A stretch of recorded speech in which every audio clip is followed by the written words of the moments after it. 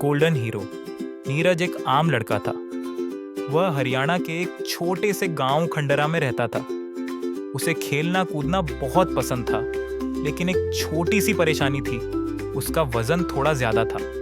गांव के बच्चे उसे चलता फिरता लड्डू बुलाते थे। जब वह दौड़ने जाता तो दोस्त हंसते, अरे इतना भाग मत, कहीं गोल गोल घूमकर वापस यहीं ना आ जाओ। नीरज इन बातों को मजाक में लेता, लेकिन उसके मन में एक आग जल रही थी।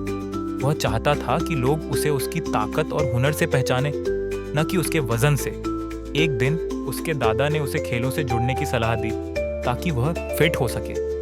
नीरज ने दौड़ने की कोशिश की, लेकिन उसे उतना मजा नहीं आया। फिर एक दिन उसने भाला जेवेलिन उठाया और जोर से फेंका। भाला इतनी दूर गया कि वहां खड़े लोगों की आंखें फटी रह गईं। एक दोस्त ने चिल्लाकर कहा, अरे भाई, अगर ये स्कूल बैग फेंकता तो टोक्यो पहुंच जाता।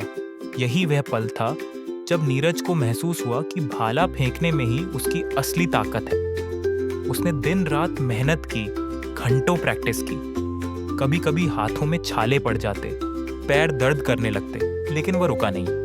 दोस्त क्रिकेट खेलते और वह अकेला भाला फेंकने की प्रैक्टिस करता। लोग हंसते, अरे भाई, कोई दूसरा खेल नहीं मिला। लेकिन नीरज को अपनी मंजिल नजर आ रही थी। समय बीतता गया और नीरज राज्य और राष्ट्रीय स्तर पर मुकाबले जीतने लगा। लेकिन फिर एक दिन उसे गंभीर चोट लग गई। डॉक्टरों ने कहा कि वह शायद अब पहले जैसा प्रदर्शन नहीं कर पाएगा।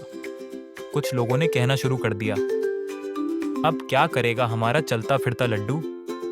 लेकिन नीरज ने ठान लिया था, अगर वह भाला फेंक सकता है तो मुश्किलों को भी फेंक सकता है।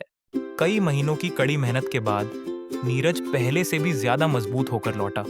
और फिर आया वो दिन, 7 अगस्त 2021, टोक्यो ओलंपिक। पूरे देश की नजरें टीवी पर थीं। नीरज ने भाला उठाया, सांस ली और पूरी ताकत से फेंका। भाला उड़ता गया और सरदार सामासमोई आधे मीटर दूर जाकर गिरा। भारत को पहली बार भाला फेंक में गोल्ड मेडल मिला। जो लोग कभी उसे चलता फिरता लड्डू बुलाते थे, वही अब कहते, देखो हमारा लड़का देश का हीरो बन गया। नीरज की कहानी हमें सिखाती है कि फर्क नहीं पड़ता कि लोग तुम्हें क्या कहते हैं। अगर तुम में मेहनत और हिम्मत है तो तुम कुछ भी हासिल कर सकते हो। तो अगली बार जब कोई तुम पर हंसे, मुस्कुराओ और सोचो, एक दिन मैं भी अपना गोल्डन पल लेकर आऊंगा।